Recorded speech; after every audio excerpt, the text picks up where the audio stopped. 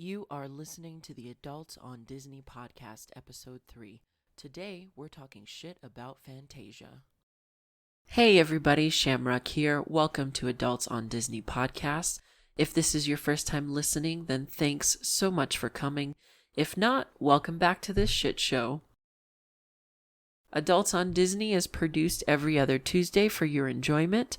An audiogram will be available via YouTube for my deaf and hard of hearing audience, or anyone who wants captions. I hope you come back often. Now let's do this. This is episode 3, Fantasia. This is your host, Shamrock. I have my amazing husband, Bryce, joining me today so we can talk some shit about this movie. Oh, now you're recording. Oh, yes. You talk loud. I feel like I can carry conversation with you, although you make me nervous. Well, you need to be more professional, asshole. Asshole? You know, you can just... I'll just do this. You can just be quiet, and I'll handle this whole episode. Oh, is that right? You're Yeah. just gonna take over. I'll handle this. I'll handle you. No, but for real, this is your show. So you gotta start. I can't. So can I call you Bryce? Can I call you sexy, handsome, lover, husband? No. Old man B? No. No. You do not call me by my gamer tag. Why not? Because, no. You use it on everything. I should be allowed to use it. I'm not on this. I'm not going to use it on this. Okay, fine. Whatever. That's so rude. So you watched Fantasia. I appreciate you watching it. It was kind of hard for me to get through. Just because it has the 8 sequences that are broken up, you know?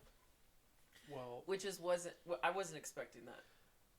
I enjoyed the beginning and the end very much, but yes, it's kind of droll throughout. It's long. You see, I was looking today with Fantasia 2000, that's an hour movie. Oh, it's only an hour? I didn't know and that. This one is, what's it say right there? 2 hours and 6 6 minutes. So, with Fantasia 2000, they dumbed it down a bit, which we'll watch eventually. And I mean, all in all, it is good. Yeah, I've never seen it before, so that was my first time. I mean, I have seen The Sorcerer's Apprentice, which I feel like everybody's seen it. Everybody's seen Mickey in that. But it was very different for me to see all the different musical segments and, you know, the way that they use the imagery with the colors and the different animations. It was very different, especially something I'd never seen. And, you know, you were talking about 2 hours and 6 minutes. This is literally the longest animation that Disney has ever made. Like, it is their longest animated feature film. Probably because the intermission, where they had like the jazz intermission, which was very random. But like you and I were talking about before, it was designed to be performed on stage. Like, right. It's meant for people to go to a theater and watch a live orchestra play this, and there's meant to be an intermission and all that kind of stuff. So I mean, but even with the intermission, it's only like 15 minutes. Like, it doesn't even cut off that much time. So you're still looking at this movie being what? I'm terrible at math. Yes. 2 hours, 6 minutes minus 15. Is that... I don't know. I don't know.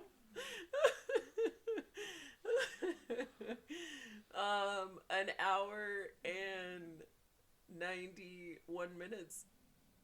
an hour and 51 minutes. Okay, there you go. That's what I meant. Yeah. That's what I said, didn't I? Which is an average length for a movie. I mean, most animations, will hit that 90-minute, 100-minute mark, at least nowadays. But yeah, I mean, but back in the 40s, they were only like an hour and a half because it was such a new thing. By the way, Fantasia is Walt Disney's 3rd animated feature film that was released in 1940. The first time ever in history, I mean, even to today, where 2 animated films were released in the same year. Because Pinocchio also came out in 1940, so that's an interesting fun fact. Disney just going hard, just wanting all the money. like the Nazis they are. Oh, shut up. Which, speaking of Nazis, in the beginning, and on Disney Plus, what I put down, the offensive warning. Oh, I thought that was so cool. Yeah. I've never seen that before. So we have it right here. No, it's not on here. Yep, it's right there. Oh, Content it is. advisory. Oh, I didn't even notice This program includes negative depictions and/or mistreatment of people or cultures. These stereotypes were wrong then and are wrong now. Rather than remove this content, we want to acknowledge its harmful impact, learn from it, and speak conversations to create more inclusive futures together. So, first of all, that's a whole bunch of bullshit. Yeah. Because straight up, they still did not include everything. So, even though they say that, rather than remove it, they wanted to acknowledge it and all of that, there's a few images that have actually been removed. I will post those to Facebook. There's the part with the centaurs. Centaurs. However the fuck you pronounce that. They have the female ones, they have the male ones. Apparently they call them centaurettes. Anyway, in this scene, and I will post an image, there's a part where there's supposed to be a little black girl centaur. She's got the typical black depiction, black face type of imagery where she's got the crazy hair, she's got the super dark skin, she's got like really big red lips. And she's there in servitude to the other beautiful, very well drawn centaurettes. So there's an image where she's supposed to be polishing the hooves of one of the centaurettes. And what Disney ended up doing is instead of including that as part of their acknowledgement of these stereotypes, they literally zoomed in on that animation cell so you only see the beautiful centaurette instead of seeing her and the black one that's like polishing her hooves. So that's crazy. And there's one part in there I'm wondering if you caught. What? Because we haven't talked about this. When I was watching it today, there's a moment of like deja vu where they show an image. They show one of the centaurettes doing her little feminine persuasions toward the centaurs as they're all trying to find the mates in the scene, or as it is. Uh-huh. This supposed to be a kid show? And there's like 6 seconds they show, and then they show it immediately again. So that means that they cut something out and just looped it, let the music play as it would, but just looped that image. I don't know what was there, but I am so fucking curious. I would have to research to and figure see out what was. is supposed to be there, because the music doesn't skip. It wasn't a Disney Plus fault like they do have. They have gotten much better in the time that it's been active now. The Disney stutter. Yeah, but it was not a quote-unquote Disney stutter. It was like a legit loop. Obvious. A legitimately obvious loop. Okay. And it was shortly after what you were just talking about. Yeah. Huh. No, I'll have to look at that again because I definitely missed that extremely obvious loop. My powers of observation apparently are not as details, keen. What are you talking about? That's why when we go hiking, I navigate.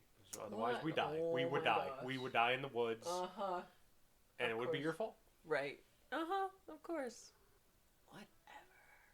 I still love you. And sometimes I hate you, but that's okay. Anyway, so yeah, there's things like that. I mean, going back to the whole centaurettes, I don't know if it's part of the scene, but the part, they're supposed to be bathing and washing in the water or whatever. It was supposed to be a whole lot more sensual than what it actually was depicted in the show. I mean, they're not wearing shirts or whatever. They're supposed to have, like, flowers draping over to cover their boobies and all of that. But you can still see, like, the shape and outline of the breastises. And... well, there's actual nudity at the end. No, I know. In the night on the Bald Mountain, yeah, that, like, in-your-face boobies, that was, like, a lot. Titties! Shut up! Even Rowan, I'm watching it with Rowan. She's like, Mommy, boobies! It was terrible. And I'm just like, oh my gosh. And I was recording that because I want to do it as a Patreon exclusive, Disney with my daughter. And, I'm talking like, oh my god, there's so much nudity in here. And Rowan's like, You know, like being the 7-year-old creeper that she is. Boobs. Can we address for a second, because I have made a note of it, the peering eyes of the host? The guy that, talks from time to time that just looks straight through your soul. Oh, he is creepy. My God, I could have did without that guy. I haven't watched this for years, and I forgot about him, probably because I blacked him out, because as a child, he just terrified me worse than fucking Freddy Krueger and Michael Myers did when I was that age. Uh-huh. No, it is interesting because he actually is supposed to have longer pieces in Fantasia. It's supposed to be more drawn out, more extended, providing more insight and information on each of the 8 segments. They ended up shortening it because already it's over 2 hours long, so they ended up not having that included. But yeah, it was a little creepy to have him standing up there and talking and, giving the insight or whatever. I would have been okay with how they traditionally do it with just a regular narrator. You're looking at images and then there's a voice that's just, overlapped or whatever. Do you want more wine? Yeah. Because I want more wine. And I'm pretty sure I've had more wine, but yeah, so that was really interesting. It's definitely different than any type of Disney. Can you guys hear that? Shut up. This is not about the drink. It is right now. Get that grape. Which makes me think of the centaurs and the centaurettes when they're making wine. Oh yeah. All I could think about was how about I wanted some fucking wine while I'm watching that. Because there's just like a flowing, gushing river, this waterfall of wine, and I was like, "Fuck, I want that so bad." Well, and I was thinking too, like, wow, they're totally making drunkenness such a positive thing right here. Oh yeah, whoever that little guy was, I forget what it was. But his name, he's a god. He's like a Greek god, Bacchus, I believe. He was trashed. And great. He was like hella drunk, and I'm just sitting here watching him, and I'm thinking, what? Anyway, yeah, he's the god of grape harvest and the patron deity of theater. Yeah, that guy. And yeah, he was having a great time. And I was pissed too because the barrel, like when it broke, I was thinking, oh my God, like that's enough wine that could probably last us like a year. Well, it's crazy in that scene. They're literally holding bushels of grapes. Oh yeah. Dumping them in there, dancing around, and it's just flowing into the grass. And it's so much wine. It was crazy, and I was so frustrated that I could not have any. Well, it was just nice watching this again because I hadn't watched it since before. Last time I watched it, I was a kid, and I didn't know half the songs. I thought they were just Disney originals. I didn't realize that they had legit classical masterpieces in this movie. It's like, it's when I was a kid, it was something that was just bored me to something that I actually love. The things that I've heard a bunch, like I didn't remember that they did Nutcracker. They literally do a whole 25-30 minutes of Nutcracker music. Oh yeah, and I fucking love the Nutcracker. Well, and music. if you listen to the guy when he talked about it, he even was stating, he's like, oh yeah, he's like, and here are pieces from the Nutcracker, something that's not played very often. It's very rarely seen. And I'm thinking that is such a huge part of holiday culture, like right now. Every year, kids put it on in plays. There's professional ballets that end up putting it on. People will spend, and I say, like that was us, who will spend like $100 to go and see a professional performance of the Nutcracker. And to hear them in 1940 talk about this thing that's just like, oh yeah, you guys don't really know about it, but here it is. Like that actually blew my mind. 80 years ago, the Nutcracker was like kind of a thing, but not as huge as it is right now. Like we've had so many cartoons and so many movies, variations and versions. And first version I ever seen of it was the old cartoon when I was a kid, the one with it's the traditional with the girl shrinking down and the rat and all that stuff. And I don't know if it's just called the Nutcracker or what, but I remember watching it as a kid and it creeping me out and loving it. And I even liked the music then. I love the music from the Nutcracker. It's so good.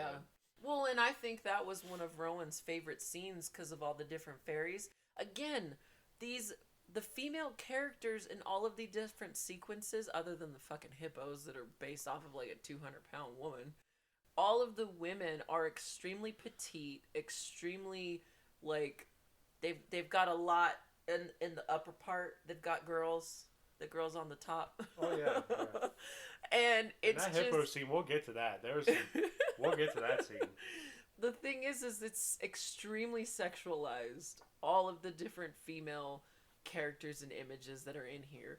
And it's interesting because I didn't do my research on it, but I can only imagine that most of the animators that Disney had in, you know, the golden age and the earlier ages of film were all male, mostly male. Like, that's the only thing that I can think. And for this film alone, they had over 1,000 artists and technicians animating over 500 characters. Like, that's insane for one film. I mean, yes, it's broken down into 8 segments, and each segment's only so long. But still, that's an insane amount of characters, an insane amount of backgrounds and illustrations and, you know, movements and all of that stuff. You know, just thinking about how many people were involved, this was the first time, I mean, and granted, you know, Disney did a lot of, like, the short cartoons and then, you know, did Snow White, Pinocchio, and then Fantasia. But this was the first time that he literally gave the animators no direction. It was like no strings attached. Like, do whatever you want. Like, and you quickly realize watching it, this is Disney showing off their animating skills. Right. Because it starts off with music that's not Disney music. Right. These are classical songs that everybody knows. They've been around for hundreds of years, right. Some of them. And Disney's just like, hey, check this shit out. Right. Look at what we can do. Before. What's up, motherfucker? This is what we can do. And it is. It's like in your face. Like, this it's better is than that Nickelodeon you used to watch on the corner, bitch.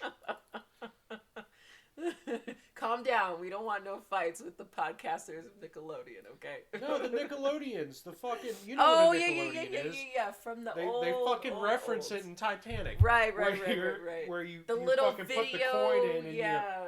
And they're just on the side of the streets and they blew people's minds. That's right.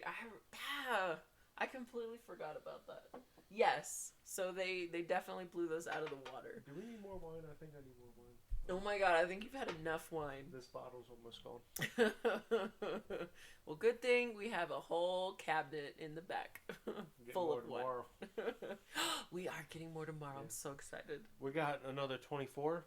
Did we? Yeah, oh, we did. We got another 24 bottles because we're awesome, because we're adults and we can do that shit. Shut up. Fucking alkies. That's all people are gonna think. But, yeah, and it's funny, we kind of touched on this, and, I'm trying to figure out my way to be more linear with my brain dumping. Like, I feel like it's just not going to happen. I'm just going to be all over the place and sporadic with my facts. But, we were talking about how this is very different, how it was supposed to be more like a concert experience instead of a movie. You know, Disney ended up doing road shows with this. He did like 12 different venues, had the concert travel around the country, and it was crazy because he introduced the first Fanta sound, which is what we know now as surround sound, because back then in the 40s they had their speakers behind the movie screen, and when he ended up doing this Fanta sound, he had speakers that would surround all around the people. And there was one venue, it was the Broadway Theater in New York City. It alone had 90 speakers, like, for that. I can only imagine how amazing that would have sounded. Like, it would have been freaking magical to be there listening to this music and seeing the imagery. And it's funny, too, because in 1940, Disney straight up was all about having a 4D experience. Like, he had 3D projectors, so he wanted to do 3D images of all the animation. But then he was like, for each of the different performances, he wanted to have a specific scents. So he wanted to have perfume in between the different scenes. So, like, for the Waltz of the Flowers, he wanted there to be jasmine. For the Ave Maria, he wanted incense. With the Sorcerer's Apprentice, he wanted gunpowder. The only reason that he did not go forward with this whole 4D experience is because he didn't know how to get rid of the smells before adding new ones, and he didn't want to like overload the senses. And you just think like fucking Disney, like he was mad genius, like mad genius in the 40s. You know, and I'm thinking about the first 4D experience I ever had, which was at Disneyland. Do you remember the oh fuck, what is it? Honey, I Shrunk the Kids. They would do like a movie and you'd watch and it was like a 3D movie, and then they'd have things like rats that would scurry along your feet, or they'd like do puffs of air. And I know what you're talking about. I did that. It was like the 90s, early 90s. I can't remember which theme park it was, but we went to one of those and it was SpongeBob SquarePants. And you sat in there and it was like a trip through Bikini Bottom. It is stupid. Where you're like on a car and you could feel like fish swimming under your feet and stuff. Oh, and creepy. They would use like air to right to simulate all that stuff. Stuff like that. But this is like when we were younger. Yeah. I'm not gonna say ages. It was just the 90s. Oh, it was a while ago. And it's like, but he was thinking of these things in the 40s. Like that's how far ahead Disney was with the way he wanted to entertain people. Yeah, good old Walt Disney. Hated Jewish people, but man, he knew how to animate and plan for the future. And Right. Don't be Jewish around him. Let's address that real quick too, because oh god, the reality when you watch this movie is that Disney was for white families. Disney was created to entertain white families. I vaguely remember watching this when I was a kid, and no one in my family, obviously being a white guy, no one ever told me anything about, man, that's racist. I never heard that. Man, I can't believe they did that. That's a really bigoted thing to do. Nope, there was none of those educated statements from my family. That never happened. And, And then you marry a black woman, and then what? Well, I love my mom and pop-up. I do. They're gone now, but they were, that was the generation. That's the era they were from, just like Walt Disney. You watch Fantasia, and all the people in the orchestra is well kept. They look like upper middle class white folks, but they're all dead now. So it's, we move on and we evolve as his people. So, and the racism's still here, but it was so prominent back then that it was just normal. And when they say that these stereotypes were wrong then and they're wrong now, that's not true. They weren't wrong then, because that's just how things were. They were just, that's how people were back then. They didn't see anything wrong with it, and it's just, I don't know. It's just crazy to look at timelines like that. And it wasn't that fucking long ago. The progression of the film it was industry. not that long ago. No, it wasn't. 80 years? I mean, a lot can happen and change in 80 years. Man, do the math. I don't know. I can't do the math right now. You've had too much alcohol. Yeah, the wine. Shit. That's easy math too, and I can't think of it. Oh, you're like me now. We need to get another math person in here. People from that generation, which were the people that, when this shit came out, they were that demographic.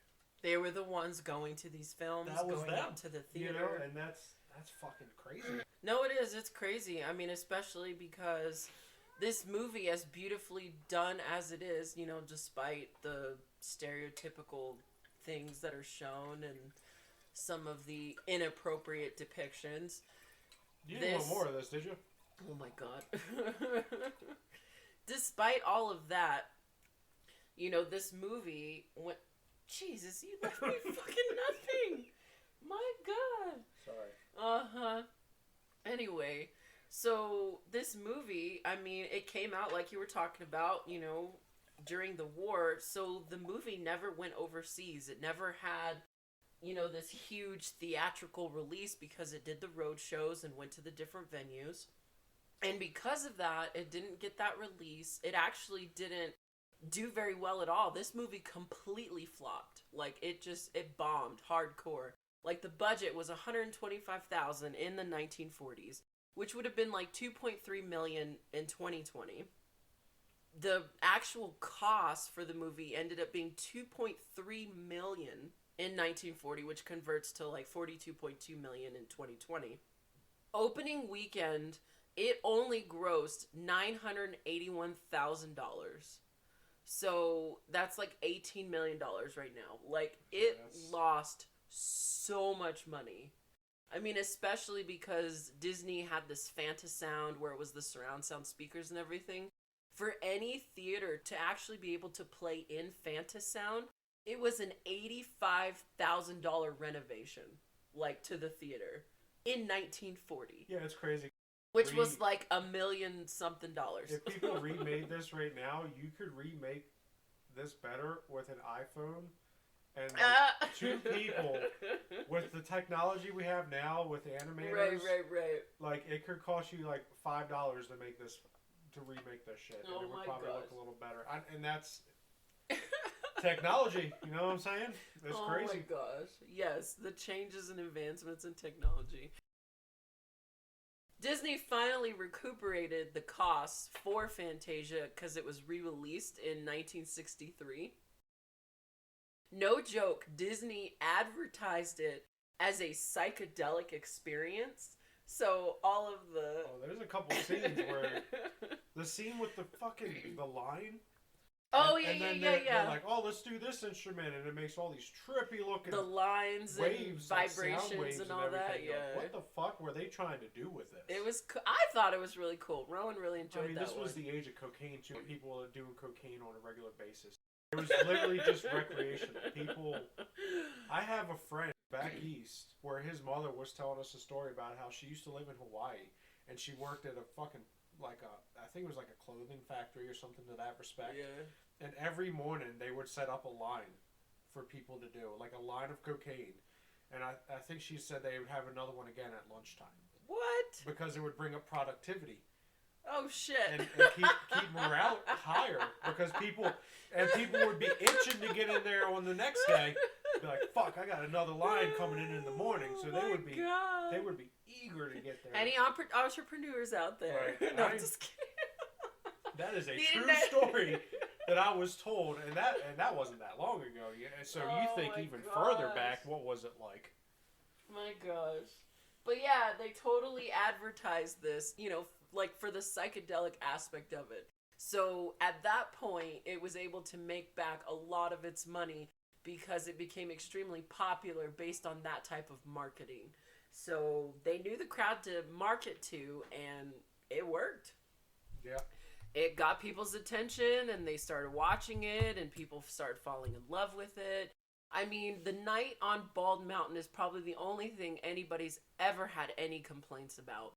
Because that's the one that's literally described as the demon Chernabog and his minions of darkness wreaking havoc on Bald Mountain, consuming it in hellfire, ghosts fly, demons dance, and topless harpies, the fucking boobies you see, and they toss damaged souls into a shadowy inferno.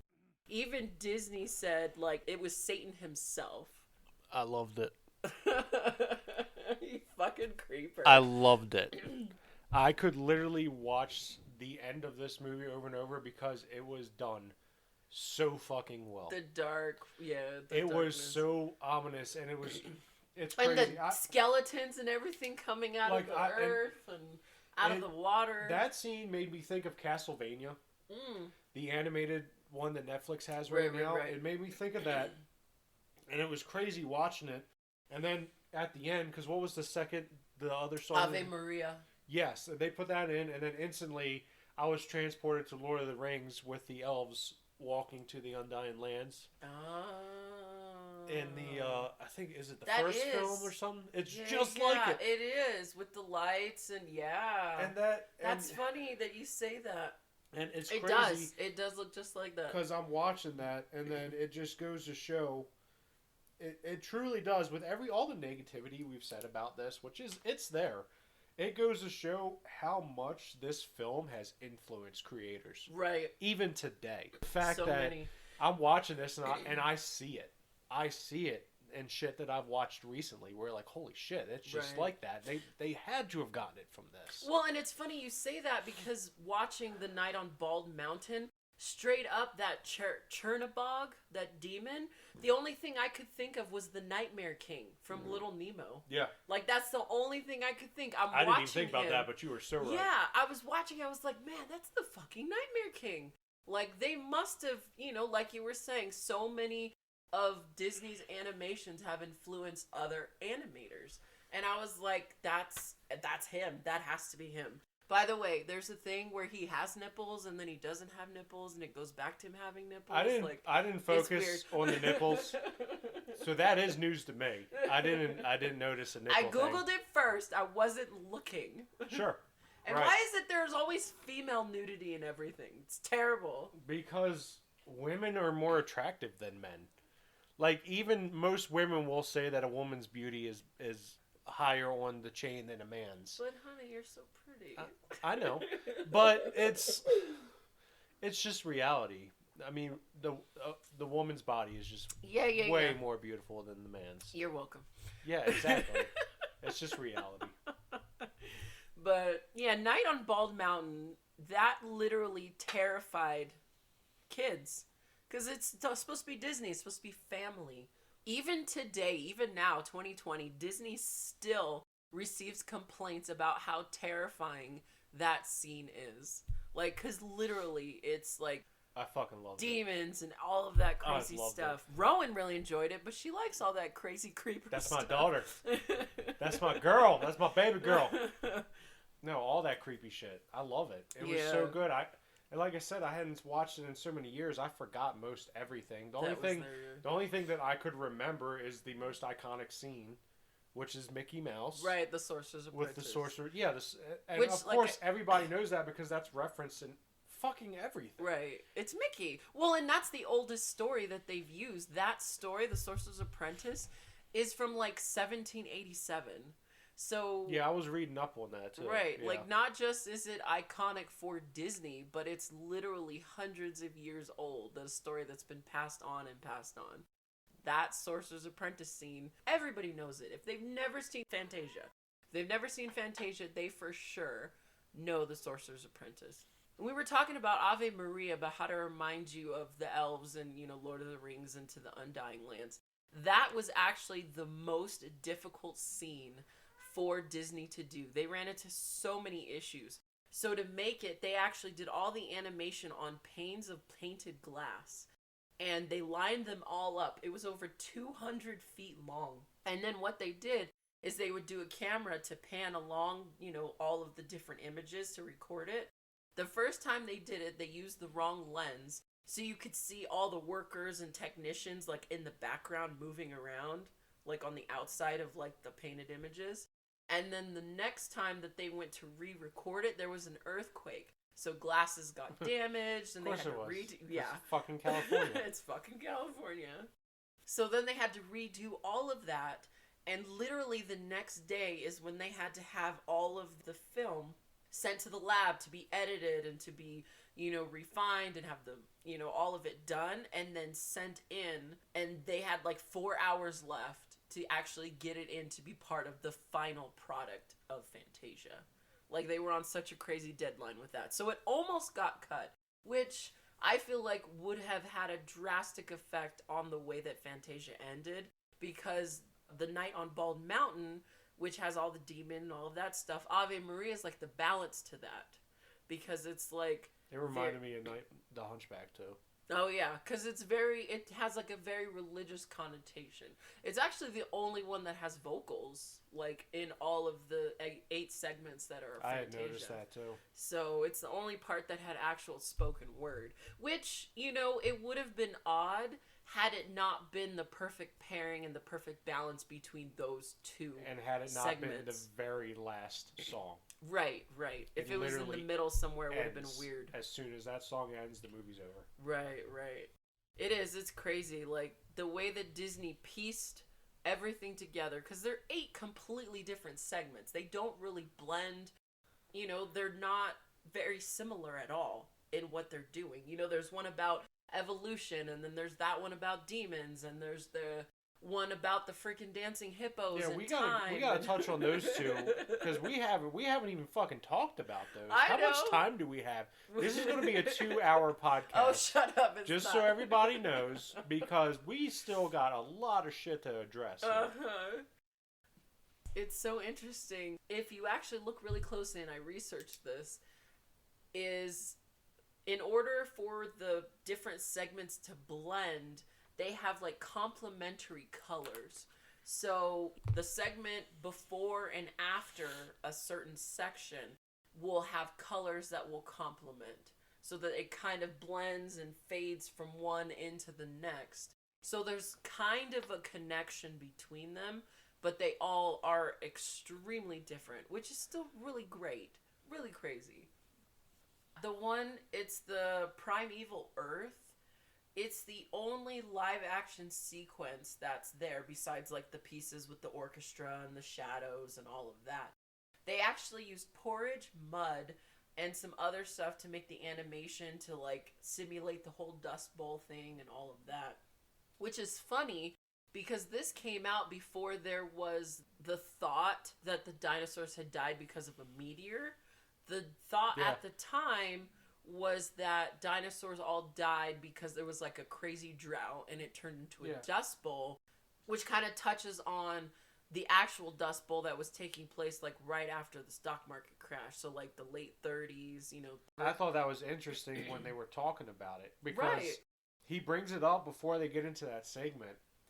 First and foremost, I thought it was actually very awesome of Disney to go this route when it was, I mean, even nowadays, we live in a very, very Christian, very religion-based nation. Right. And especially in that time, it was very Christian. Right.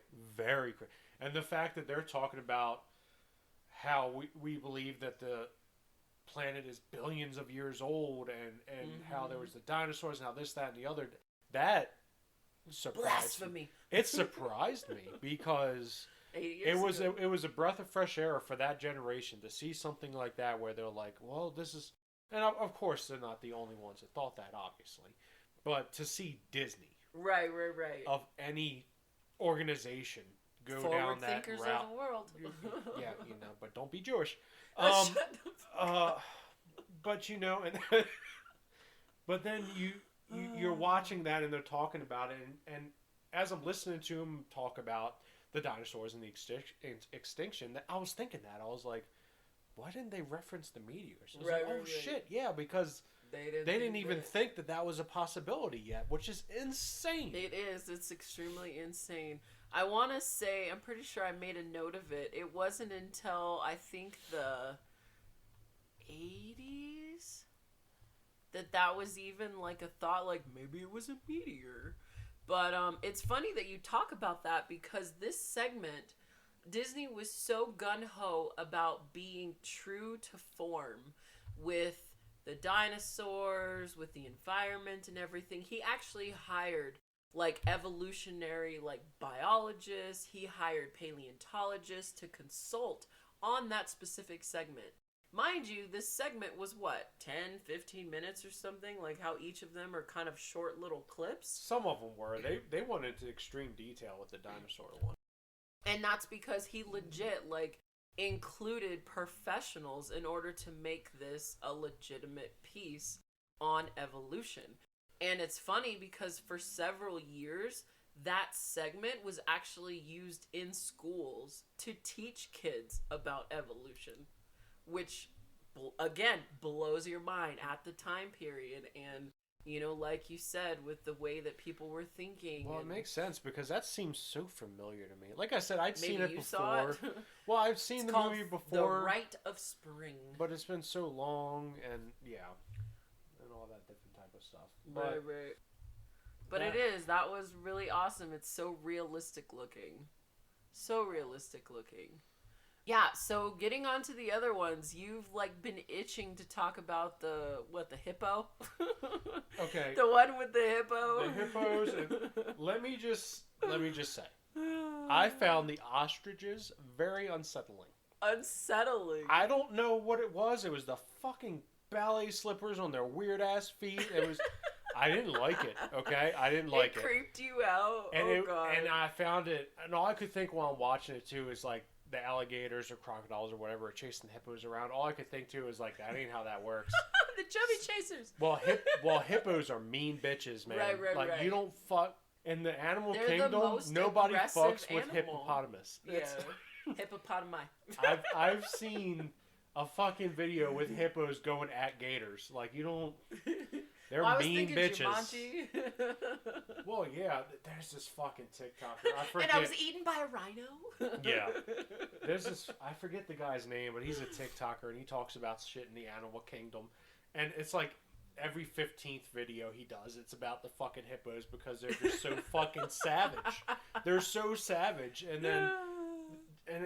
And it's funny because it made me think of that. They're omnivorous, right? I'm pretty sure they're omnivorous. Yeah, they're just fucking assholes. But they are. They're extremely aggressive. They're the most aggressive land mammal. Think of a cat, but leathery with big 2,000 flat pounds. teeth, and they can crush fucking your skull without any effort. Right. Territorial. Like they're just assholes. Right. I don't get it, and that's all I could think about while watching that scene. Besides the ostriches, they just. Right. And they made me uncomfortable. I don't know why, but I didn't. That's so weird. I didn't like that So scene. I had the complete opposite. I actually really enjoyed the ostriches because shut up, because it legit reminded me of actual ballerinas because the long legs, the strength and the power in those legs, the way that the ostriches had their feathers definitely resembled like a tutu. So to me, the way that they animated those, they were extremely realistic in comparison to like an actual ballerina. So I thought that was pretty awesome how the animators did it. And it's funny because some of the animators actually turned down animating the scene with all of the ballet because not a lot of them had background in ballet. Not everybody went to the ballet.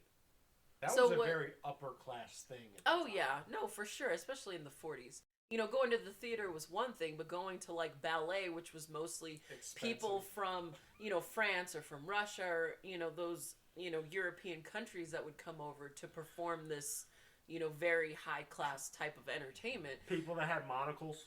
Oh, shut up. You're so stupid. The Monopoly guys here. Yeah, those fools. But yeah, so Disney was like, okay, I want you to animate this. So he legit gave animators like backstage passes, like VIP passes, to go to the ballet for like a whole season in order to meticulously watch and, you know, record how the ballet dancers were moving so that they could put it into the animation and make it as realistic as possible. Again, Disney is the shit because he's not about half-assing anything. He's all about putting forth the effort, the time, the money. I mean, in the words of John Hammond, spared no expense. Whatever it is that it costs. Like, he wanted it to be the best. He wanted it to be amazing. And that's what he did. In everything that he's ever put out, anything Disney's ever put out, he always gives 110%. And it always amazes you. It always surprises you. The hippos, they, as much as I don't agree with this because I feel like it's body shaming, they brought in a woman that was 200 something pounds and the animators were told to meticulously like animate every jiggle, it's like, watch every that bitch jiggle, muscle movement. You write that shit down. And he wanted it meticulous so that when the hippo was doing the ballet dancing, that it would look realistic with the movements of a larger person. Again, I can applaud and be impressed with Disney and his attention to detail, but then I also feel terrible for that poor woman that was on display. Well, I hope she got paid well. Like, I'm not a skinny man. You know this. But I could understand how you like it. I could understand how a heavier set woman could be offended by this, because at the end of that scene, the fucking building collapses, basically.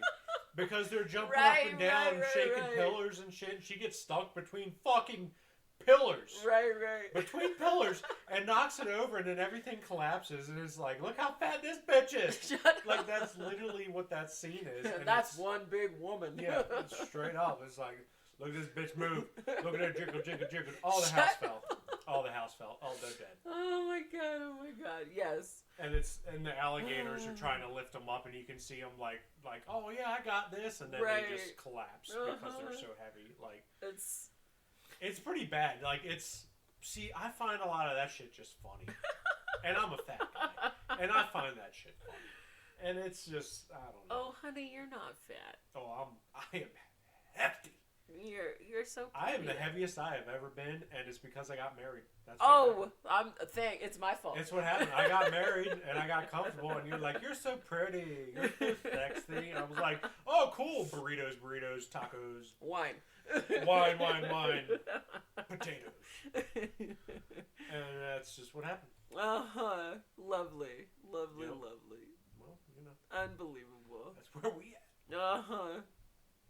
As I eat a tag along. As you eat a tag along. You know, we really didn't touch a lot on the Sorcerer's Apprentice. Like, we keep making minor mentions of it, but we've definitely talked a lot about the other segments. What is there to be said that hasn't been said 1,000 times? I don't know. I mean, like I said, I've seen pieces of it, but I literally watched it from the beginning to end. Oh, one thing that can be said about it. 2 things. Strike that. First off, the main wizard guy, like the actual sorcerer, was modeled after Disney. So, like, his facial features and all of that are structured after Disney. The character's name. Yeah, he looked like an anti-Semite.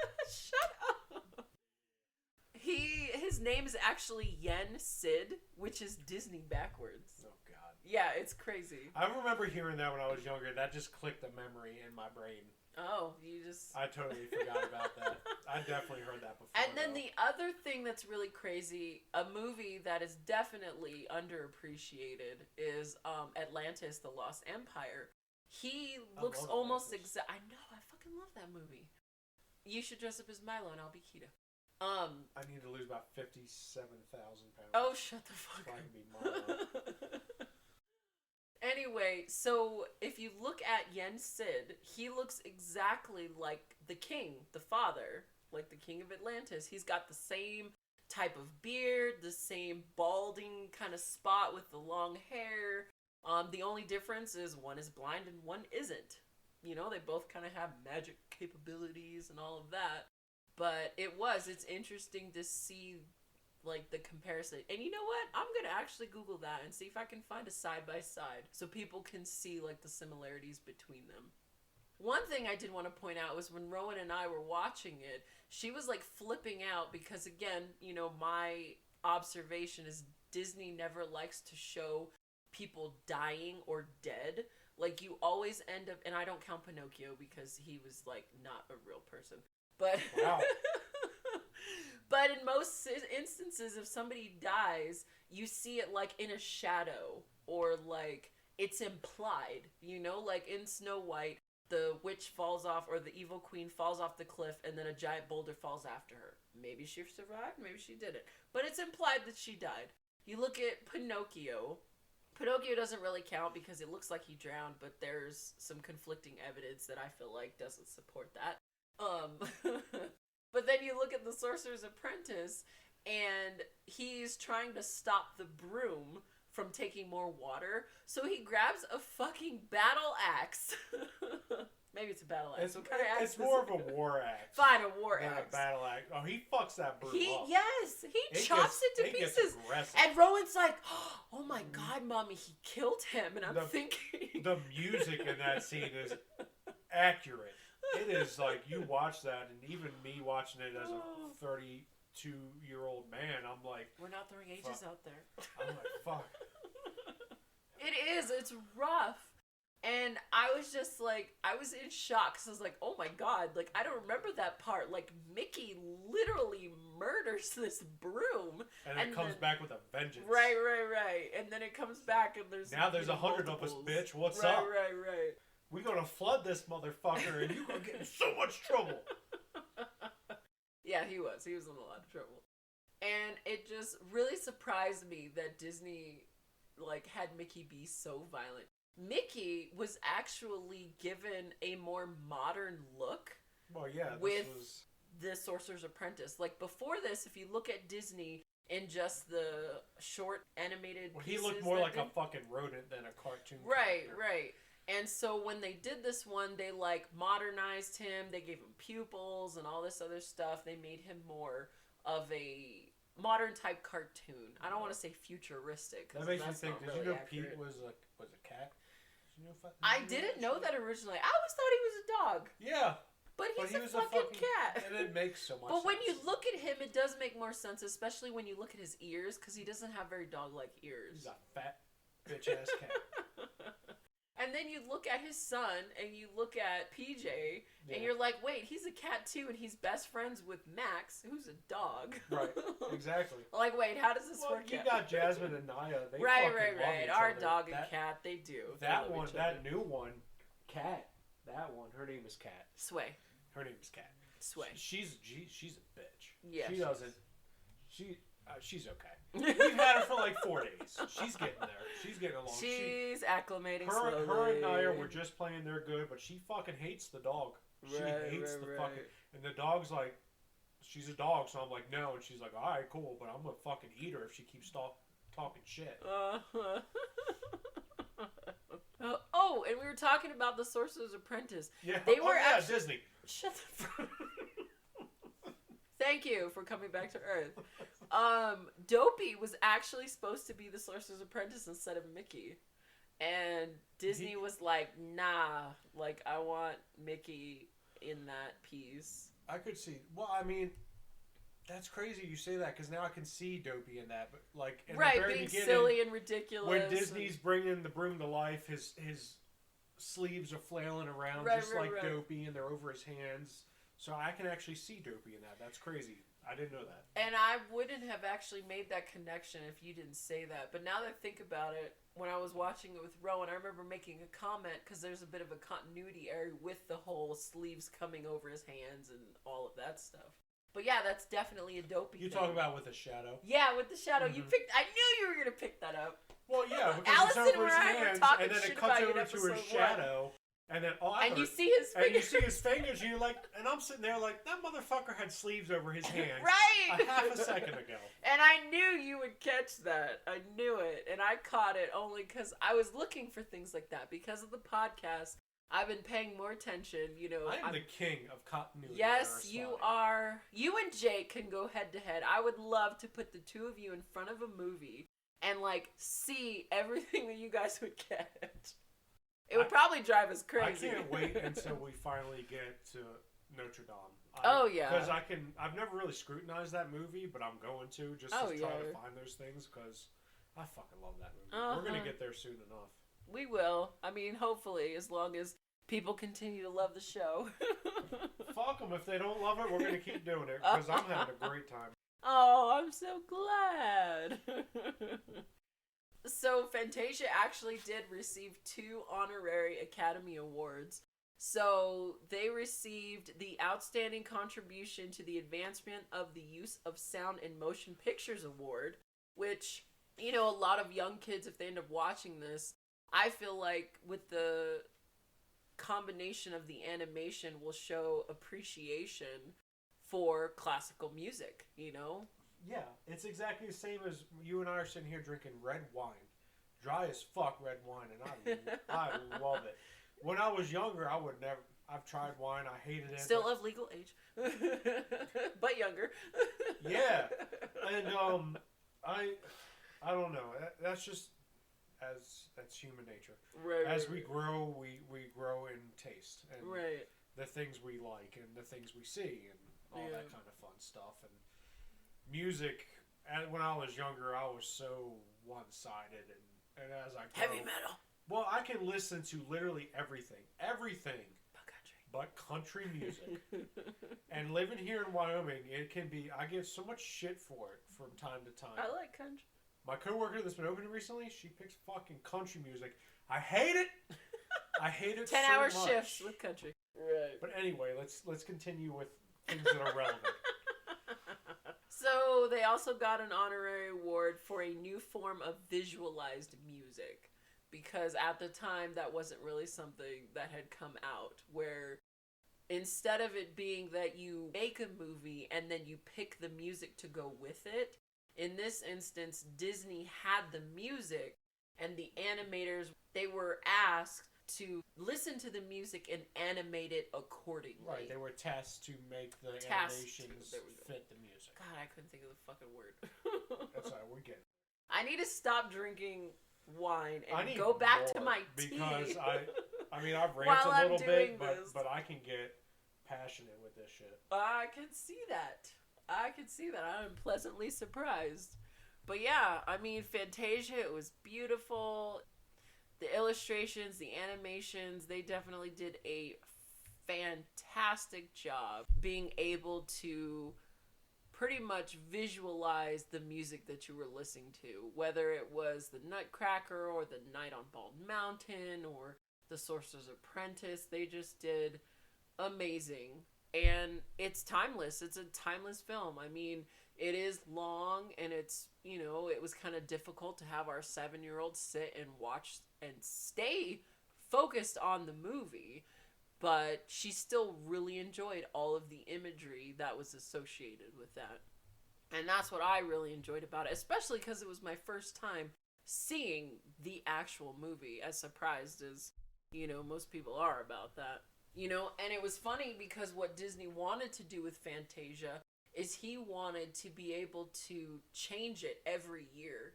So every year he wanted to be able to add another musical segment, you know, and then add on to it and add on to it. And it just, there was no way he could tackle that kind of project. Like the costs and, you know, just what it would take thinking about to do that, it. how long would a Fantasia be? Like, what was it? Well, and that's a silly thing to think that you could do. Well, but I think it would almost be like a cycle. Like if you think about an artist, okay, let's just take someone who's been out for a really long time. So you're saying you take some of the old stuff, you don't perform it. Not all of it. You perform the new stuff. You perform the hits, and you perform the new stuff. Right, and that's what he would do. Okay. That was his thoughts. Because it's like, welcome to Fantasia. Our segment will be 8 hours and 15 minutes today. I hope you brought your own toilet because you can't leave. Shut the Sorry. Oh my gosh. Sorry. You freaked out the dog. I know, I did. She was like, what the fuck is happening? Why are we upset? Demon possession in the house. Come here. But yeah, so it was kind of like that. Like somebody who would be touring for a long time. You end up mixing in some of the old stuff with some of the new stuff, and that's what he thought. Which is kind of where Fantasia 2000 came from. Segments that got cut, segments that they thought about adding to it. I look forward to watching that, actually, because I saw a clip recently. Have you never seen it? I have, but it's been so long. I saw it once when it came out. Right. I saw it when it came out, too. I saw it in IMAX. That was 20 fucking years ago. No. But I saw it in IMAX, and it was a crazy experience. It was really enjoyable. But, yeah, I definitely look forward to seeing that one. I was pleasantly surprised, you know, with this segment that we ended up watching. You know, and as much as I talk shit about Disney, I love Disney, and I'm very thankful. Yeah, Disney's some great stuff. Like, a lot of my childhood is Disney. Right. Most people's childhoods are Disney-based, and I'm just fortunate to be able to be in a situation where I could be here and we could talk shit about it and talk about the things that we love, you know, and be able to enjoy what it is that was put out there that will continue for generations. I mean, Pinocchio and Snow White came out 80 years ago, but it's something that I can talk to and watch with our 7-year-old child. Can I tell you a joke a trucker told me 2 days ago? Oh, God. I'm scared. It was a Pinocchio joke. Oh, God. A driver came into my port. He said, "You want to hear a clean joke?" I said, "Sir, when you say it like that, I feel like you're lying to me. I don't think it's going to be a clean joke. But you go right ahead, sir." He says, "How did Pinocchio know he was made of wood?" I said, "Well, I knew you were lying to me. Go right ahead. How did Pinocchio know he was made of wood?" He said, "Because his hand caught on fire." That is not a clean joke. I said, "Thank you, sir. Please leave my port." My coworker laughed so fucking hard. I was like, don't you humor him. Get out of here, sir. Get back on the road and do your job. Leave. Leave. Oh, that's terrible. God damn it. Where were you when I recorded Pinocchio? Like I said, this was 2 days ago. This guy. Oh, man. I'm just trying to clear this man through the state of Wyoming, and he's like, Pinocchio jerked off and his hand counter on fire. I'm like, God damn it. That's not what he said. God damn it, sir. Oh, goodness. Yeah, I can't get that back. image out of my mind. I don't want to think about it. I am grateful to be able to be here and be able to talk with the people that I love about what I love, and that's Disney. Peace. We still recording? Maybe. Okay, cool. Why? Maybe we're done. Are we done? Do you have more shit to talk about? Do you have more? Do you have wrap up? I did. My wrap up. You already did your wrap up? Unless you have more shit to say. Thank you for listening to Adults on Disney. This is Bryce McDonald. I'm Shimmy McDonald. We appreciate you listening to us. And all. I gotta let my dog out before she sits herself, so I appreciate you guys tuning in. Oh my god, I love you so much. Thanks so much for listening. I hope you enjoyed the episode. You can email me at adultsondisney@gmail.com. Follow Adults on Disney Podcast on Facebook, Adults on Dis Podcast, DIS, on Instagram. And if you enjoy the podcast and want to support more episodes, exclusive content, and a Patreon-only Facebook group, join my Patreon at Adults on Disney. Catch me next time talking shit about the Reluctant Dragon as we continue with the golden age of Disney.